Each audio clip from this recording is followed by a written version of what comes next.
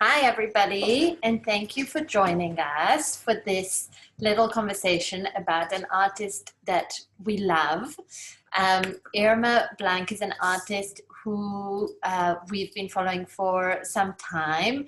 We're particularly interested in Italian art, and so that's a little bit how we've arrived to her. But we did a beautiful exhibition in 2019 in our gallery in New York.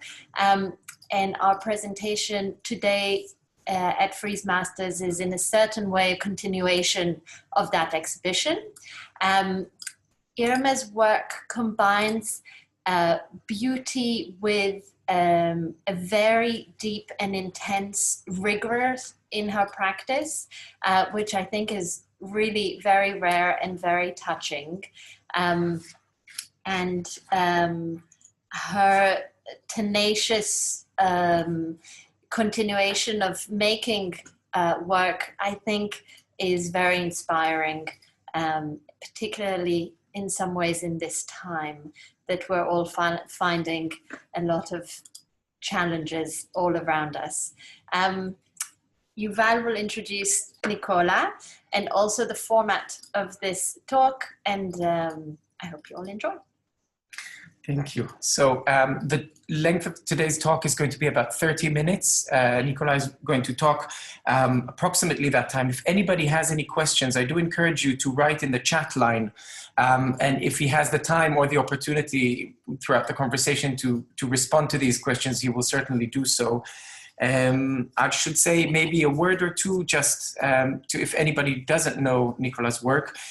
Nicola is a writer, educator, editor, and exhibition maker. He is currently the director and curator of CCA, the Center for Contemporary Art in Tel Aviv.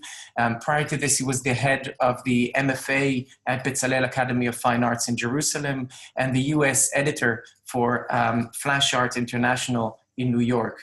The list of his exhibitions and publications is quite long to mention here, but I should say he curated exhibitions in some of the world's best known institutions, including Palais de Tokyo, Kunsthaus Baseland, and many other fantastic places. And he gave lectures and talks in some of the finest academic institutions in the world.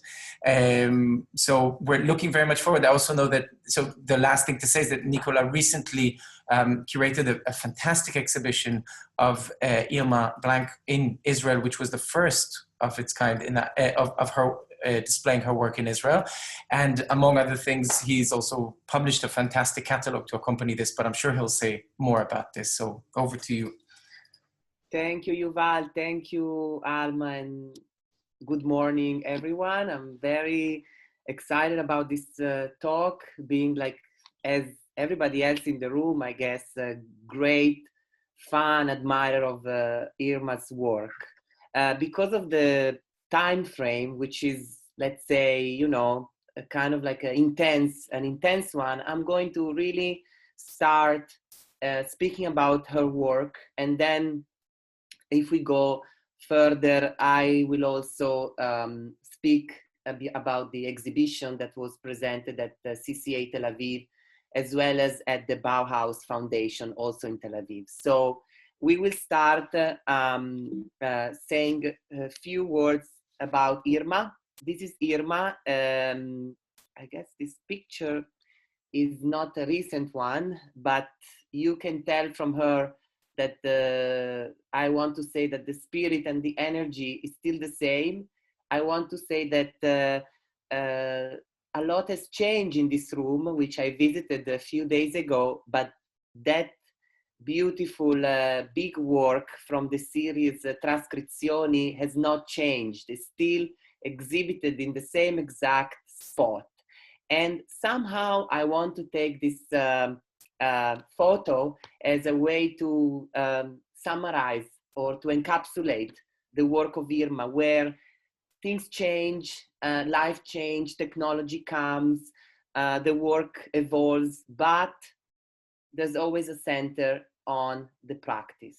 She's an artist who, for 5 decades, if not more, has been making works that have a deep focus on the use of the hand and writing and signs and paper.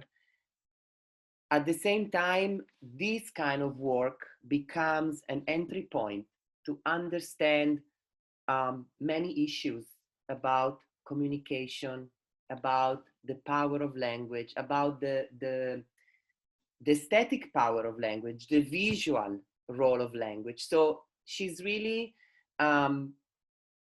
making work that are very multifaceted, despite being so simple. That's the beauty and the incredible quality of Irma's work. So this is just to give you a short introduction to the practice. We now, okay, here we start with the first series of Irma. Irma, she's born in 1934 in Germany. In the mid-50s, due to biographical reasons, she's an artist who doesn't really like to speak about her life. And yet her life has been, her personal life has influenced so much her work. So for personal reasons, in the mid-50s, Irma moves from Germany to Sicily, to Syracuse. This is a major turning point in her life and in her life as an artist, because she realized that she's in a place where she doesn't understand what people say, and people do not understand what she says, because you need to understand Italy after World War II, not Italy, southern Italy, Sicily. This is a place where most people, would speak dialect. This would be a very close community, and definitely no one would speak German. At the same time, Irma comes to a new place, and this situation of extreme isolation triggers the creation of the first series. You need to know that Irma has an amazing method. She works by series. We will not see all of them because, it's half a century. So, but she works in series. She starts a series, she continues the series, she stops the series, moves to a new one, and never comes back. So we have like 50 years divided into chapters, like the chapters of a book, which is an object very dear to Irma. Here, the Hagen Schriften, this is a German word that can be translated into self-writing or writing for yourself. What she does, she takes sheets of paper, mostly 70 by 50 centimeters, which you must know, for whoever is Italian in the room will know, 70 by 50, this is a standard. It's a very common size that the people, when they want to draw or they go for school, this is the usual, it's a very common format. So she takes this format and she creates these works with different colors of pastel or crayons, in which she's generating her own writing. It's between scribbling and doodling, and it has a very distinct sign, as if there's a complete understanding of what has been written, but there's nothing written there, at least for our eyes. And this creates a situation that is somehow paradoxical and yet so common, in which language, which is something that's supposed to connect each other, becomes personal. This is a paradox. There's no language that is personal. Language is supposed to be shared. And yet Irma goes for that. She decides to make us encountering such a paradox. And I think this is incredible. This you can see to the left the work as a whole. This is presented in the booth, and then to the right you see a close-up. Okay, now we move a few decades. Again, we're talking about 50 years and more, so allow me to jump. this is a exquisite example from the series Radical Writings, Osmotic Writings or Osmotic Drawings. So Radical Writings, this is, I would say, I mean, all series by Irma are beautiful and iconic and they're so special, but few of them have a special role. And the Radical Writings are, let's say, what we, the series we would mostly identify the work of Irma with. First, because of the use of blue, which is a color that is very dear to her. This is a color that she discovered later, actually, in her career, in a deep sense. You saw already the use of blue in the first series, but with the Radical Writings, blue will become the color. And this is actually because after the death of her husband, which is actually connected to this series, this specific work, Irma started to spend half of her life back in Germany. She started to rent a studio in Düsseldorf. She spends her time between Italy and Düsseldorf, and the rediscovery of Germany and the blue sky of Germany will bring back blue to the work. Here you see the typical sign of the Radical Writing, which is a sign made with a brush. This is actually acrylic on paper. But what is so special about this series and why it is called Radical Writings, Osmotic Writings? Why? Because actually here, and again, as I told you before, she is an artist who speaks rarely about her life, but actually her life has been so influential. So here she takes pages from books that belong to her late husband, who actually passed away a decade prior to the beginning of this series. He died in '86, and this series is from '96. The husband was a math teacher, math professor. So she takes his books, and in this act, she's making the signs over the mathematical formulas that are featured in the pages of the book. And you can see through the layer of acrylic color, actually the formulas. Let's see, yes, we have a close-up here. And here she's, and again, it's so much about language and communication and how things that are supposed to be so objective and so strict, then they become the opposite. They become personal, they become emotional, they become inner. You know, it's something that goes very much inside. And here she's covering them so you can see them and you cannot see them. It's like going through. And the idea of this series, of this sub-series, was to really create a osmosis, which is like a phenomenon in nature where water goes from one place to the other. She wanted to create an osmosis between her work and the work of the husband. So it's really a desire. And here again, you see two different languages: the language of mathematics, which is combination of letters, numbers, and signs. And then you have the language of Irma, specifically the language of the Radical Writings, which is this sign. Here is where she really develops this idea of writing and briefing, where the sign is done in accordance to her briefing rhythm, and you see them meeting together. It's a fantastic work. I will show it again on the size of the paper. This is the original book. So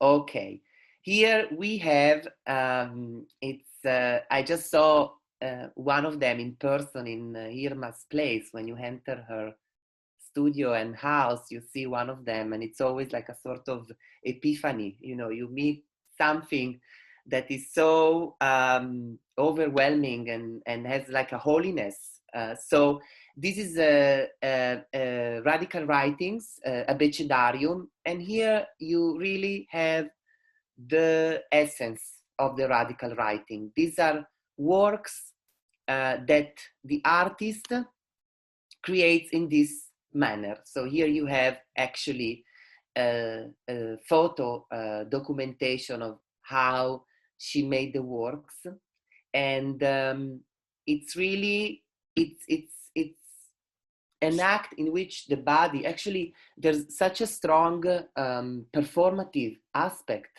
to the work of Irma, because you need to think this work, look at the size. This is almost 2 meters high, and it's almost 60 centimeters wide. So you have basically something that is slightly bigger than the figure, and she's making them one by one on both sides with this iconic, I don't want to say stroke, because this would create an automatic relationship to painting, which there is, but there's so much more. So she's doing with her iconic sign. These are signs that she's doing one after the other. And again, it's all connected to the body, to the way she's inhaling and exhaling. So there's this all connection. Here you see half of it. Again, the relationship to the body. If we look again at this work, you see that is symmetrical. There's an axe in the middle and it opens. So it's the body, because she created them with this way of opening. But it's also, as I said before, a book. It opens just like a book, and you need to understand that the idea of the book as an object, the book as the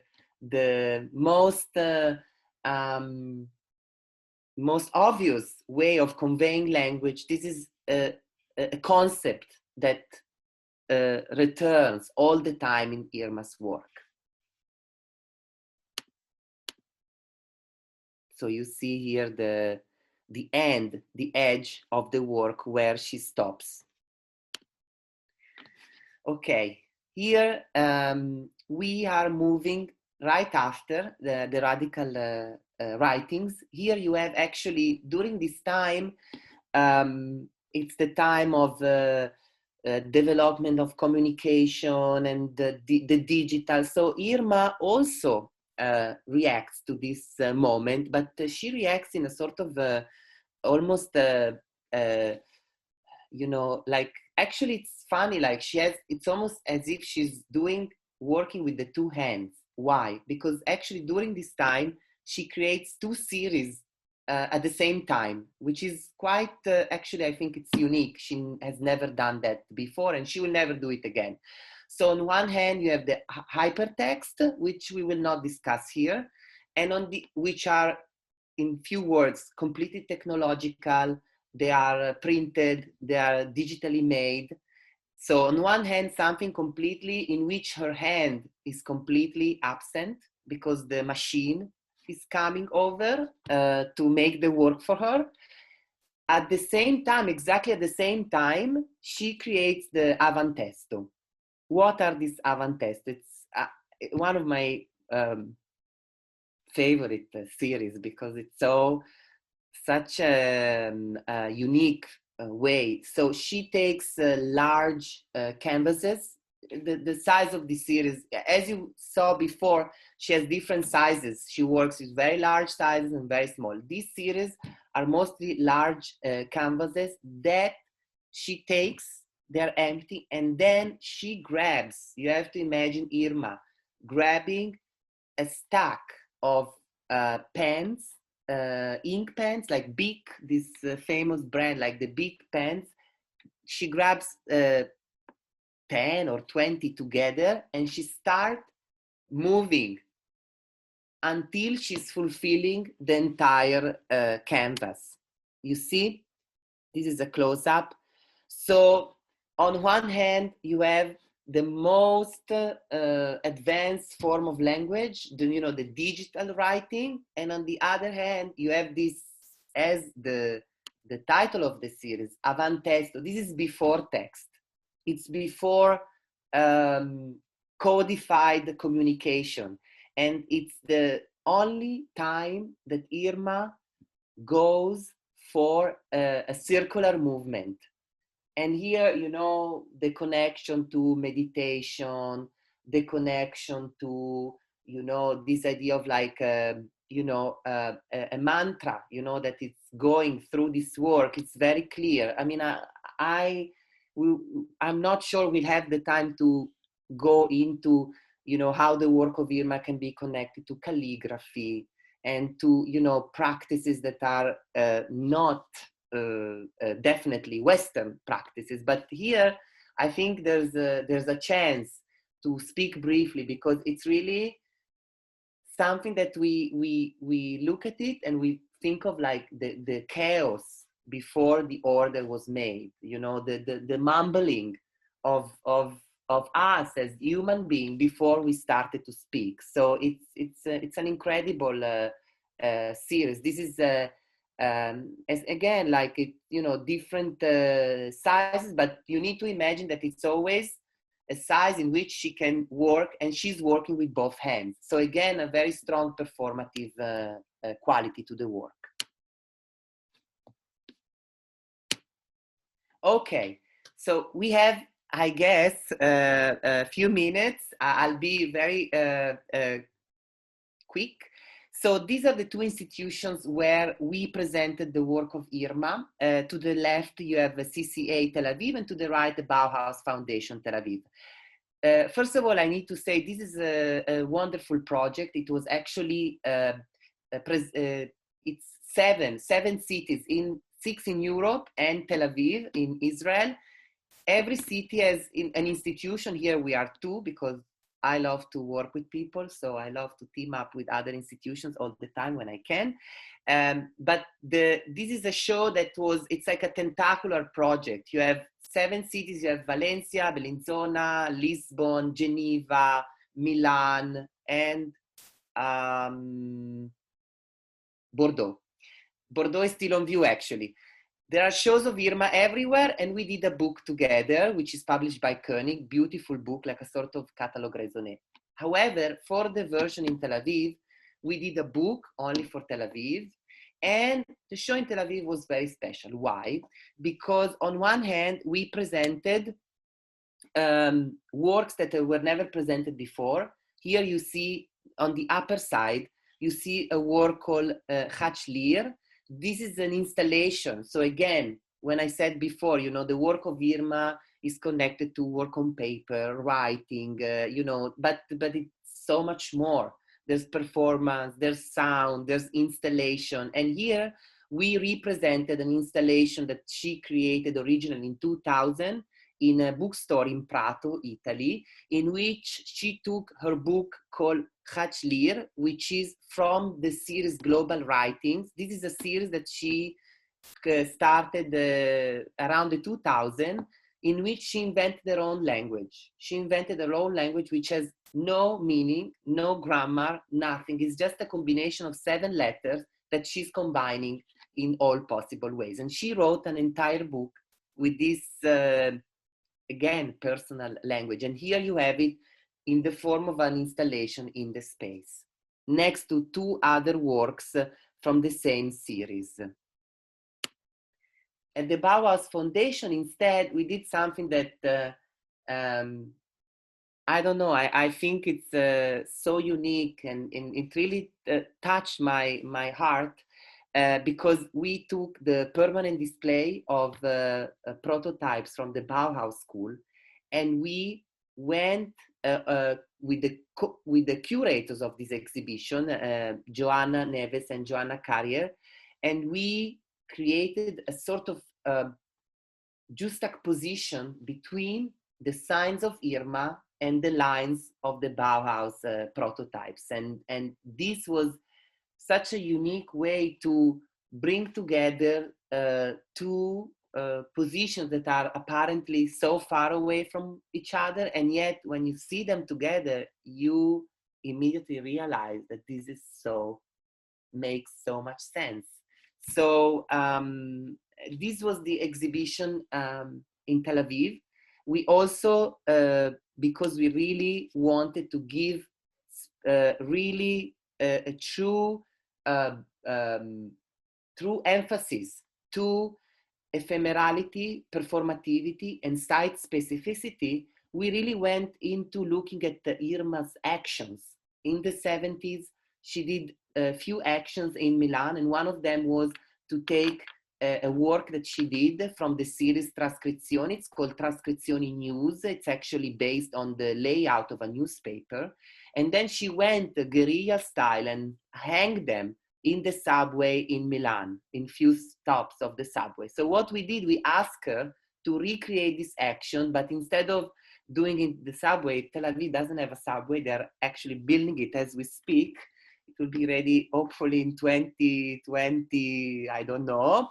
So we went into this very iconic of the city, this free of charge bulletin boards in which people are hanging all kinds of stuff, political posters, advertisement, and so on. And we actually redid the same action. So this is actually at the entrance to the Carmel Market, a very iconic spot in Tel Aviv.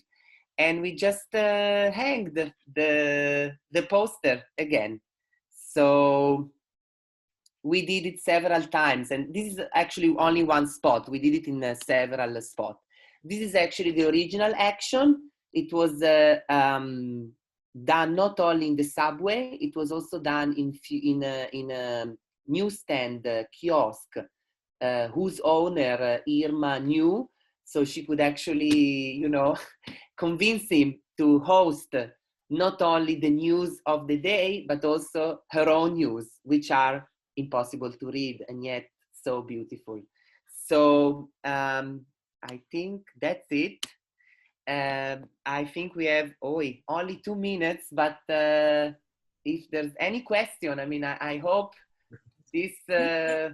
Yes, Nicola, there's a question here we've received just now that says, does the century change from 1999 to 2000 come into play in the choice of the Urschrift Avantesto? Yeah, I mean, you must know that Irma, and actually this, if I may say, Luxembourg Co is going to publish the new issue of Conversations, and there will be a conversation I did with Irma. And in this conversation, she speaks very clearly about her allergy to numbers. She doesn't like to say from 1999 to 1996. She always says that, you know, every work is signed with a date, but she doesn't really care so much about that. Why I'm saying all this? Because, of course, the transition to, you know, from one century to the other and from one millennium to the other, of course, is part of this conversation. But this is so Irma, in the sense that she's so tuned to what is happening and yet so disconnected, so isolated, so independent. This is why I also think the field of art in Italy and worldwide needed so much time to realize her importance, because she was always there, and yet she was always on her own with her own language, talking to herself. So so again, of course, there's a true connection, you know, and actually that's why you know, it's but still, you know, to tie it so clearly to the turn of the century or the turn of the millennium, that would be reductive. So Great. Wonderful. Nicola, thank you so much for this wonderful half an hour of our Friday that's been converted to gold. Yeah.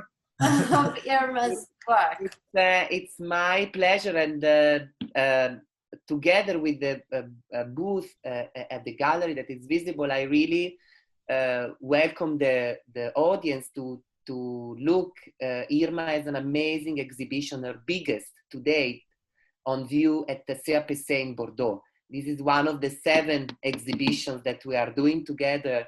And I cannot go to see the exhibition for obvious reasons, because I'm, you know, on my way back to the Middle East. But whoever is in the area, this is, I understood, her biggest exhibition, and it's just amazing. So I think it will be a great opportunity to have a physical encounter with the work of Irma. Which we're also craving, physical encounters. All of us, yeah. Thank you, Nicola, for giving us a visual way to come close to Irma's work. Yeah. My pleasure. And thank you everybody for tuning in. This has been wonderful. Bye. Bye-bye.